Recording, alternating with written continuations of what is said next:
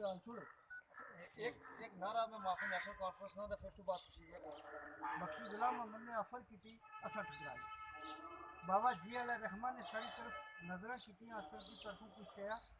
मैं आज की जो मीटिंग है, मैं डिस्ट्रिक्ट राजौरी का नेशनल कॉन्फ्रेंस का वाइस प्रेसिडेंट हूँ परवेज़ मलिक।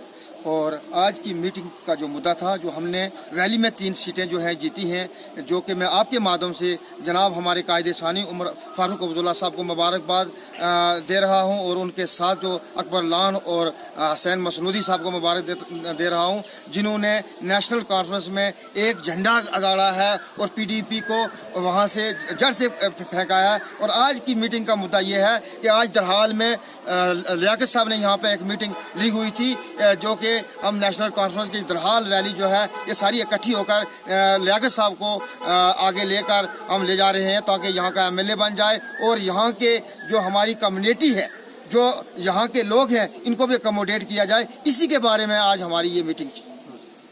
आखिरी जुमा है रमज़ान का, हम सबको यहाँ नमाज पढ़ने के लिए आना था, तो इत्तेफाक से ये बात चली कि हम मेरे चीज़ा साथ में आपसे मिलेगा कि कुछ सियासी अमूर पर भी तबादला ख्याल हो सके।